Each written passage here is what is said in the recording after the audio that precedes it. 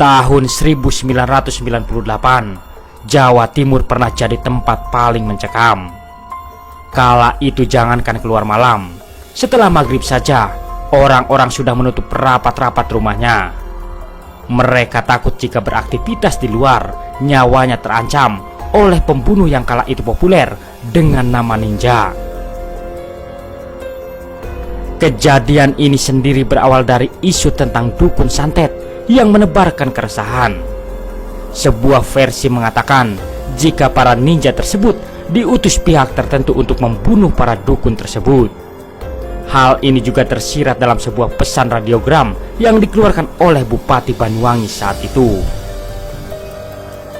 Isinya adalah menghimbau kepada para aparat pemerintah untuk mendata orang-orang yang diduga memiliki ilmu hitam. Karena kurangnya strategi, akhirnya radiogram ini pun bocor ke publik. Alih-alih dilaporkan ke pejabat setempat, orang-orang yang diduga dukun justru dihabisi sendiri oleh masyarakat. Kejadian ini terus berlarut-larut hingga akhirnya muncul sosok ninja di tengah-tengah konflik tersebut. Pertama, sasaran ninja yang ternyata bukan dukun. Beragam opini masyarakat tercipta tentang sosok ninja ini. Ada yang mengatakan jika mereka ditugaskan untuk menghabisi para dukun, namun pada kenyataannya justru berkebalikan. Korban yang berjatuhan malah dari kalangan ulama dan guru-guru ngaji. Banyuwangi jadi kota pertama akan kejadian tersebut. Ketika masa mencekam ini, dalam sehari paling tidak ada 2 orang yang mati dibunuh, dan dipastikan mereka adalah orang-orang yang lurus agamanya. Wabah ninja ini makin mencekam ketika ternyata targetnya tidak melulu orang-orang alim. Di beberapa kejadian, korbannya justru masyarakat sipil, termasuk para tokoh terpandang di masyarakat. Fenomena ninja ini pun jadi semacam ancaman serius di Jawa Timur. Terlebih daerah operasinya mulai melebar ke beberapa kota, mulai Pasuruan, Bondowoso, Situbondo, sampai Malang. Menurut tim investigasi swadaya dari organisasi masyarakat, jumlah korban sendiri sudah mencapai 147 orang di Banyuwangi saja. Kedua, simpang siurnya sosok ninja. Banyak saksi mata yang mengatakan jika sosok ninja ini benar-benar seperti yang ada dalam film-film Jepang, berupa sosok yang berpakaian hitam-hitam dan memakai cadar. Versi yang lain ada pula yang menyebutkan berwarna biru. Tidak hanya dari tampilan, sosok-sosok ninja ini juga dikatakan bisa berlari sangat cepat, menghilang, bahkan melompat dari satu pohon ke pohon yang lain. Ada yang mengatakan pula jika sosok satu ini bisa berkamuflase dengan baik. Dalam hal ini mereka berpura-pura menjadi orang gila. Fenomena orang gila ini juga jadi perhatian khusus masyarakat. Pasalnya makin banyak saja jumlah orang gila yang muncul di tengah mencekamnya kejadian tersebut. Bahkan masyarakat yang katanya pernah menangkap ninja ini mengatakan jika sosok satu ini tiba-tiba saja berubah menjadi orang gila. Yang ketiga, cara para ninja bekerja. Banyak diceritakan bagaimana para ninja ini memangsa korbannya.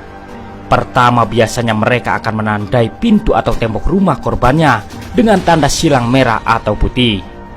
Lalu eksekusinya dilakukan ketika malam harinya dengan mematikan lampu lalu membunuh targetnya. Orang-orang dulu sangat takut ketika keesokan harinya mendapati tanda ini di pintu rumah mereka. Namun tidak semua rumah mendapatkan tanda tersebut. Seperti yang sudah-sudah, biasanya hanya rumah milik guru-guru ngaji, imam masjid, dan tokoh terpandang saja. Cara para ninja ini membunuh juga tergolong sadis.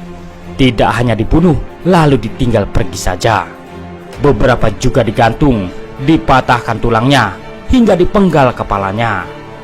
Meskipun bisa membunuh secara taktis, nyatanya tidak semua target berhasil disingkirkan oleh para ninja tersebut.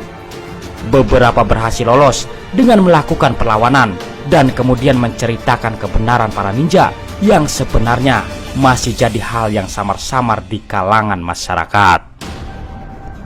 Yang keempat, antisipasi masyarakat menghadapi para ninja.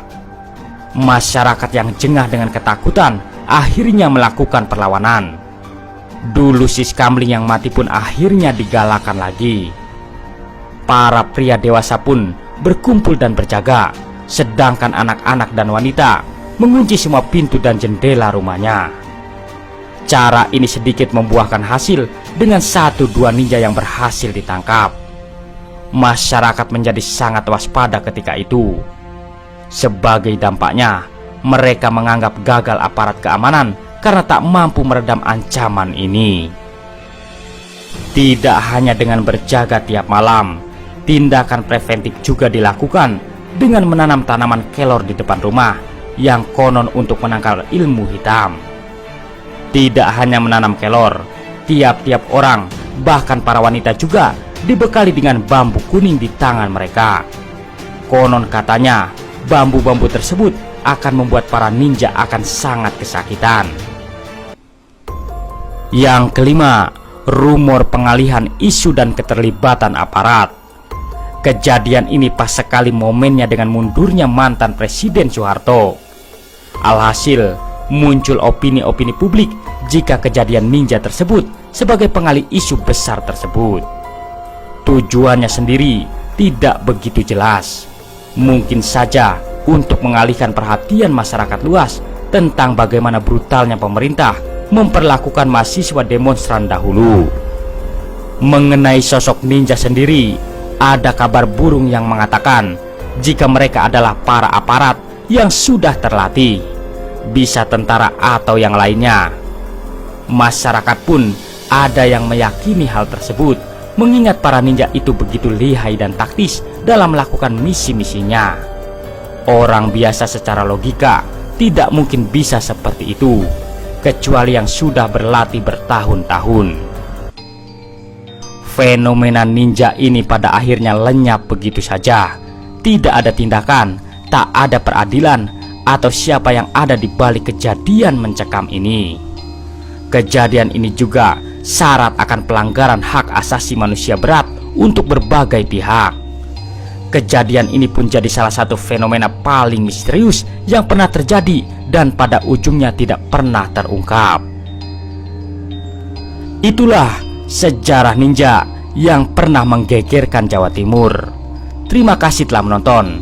Semoga informasi ini bermanfaat. Jangan lupa subscribe-nya. Wassalam.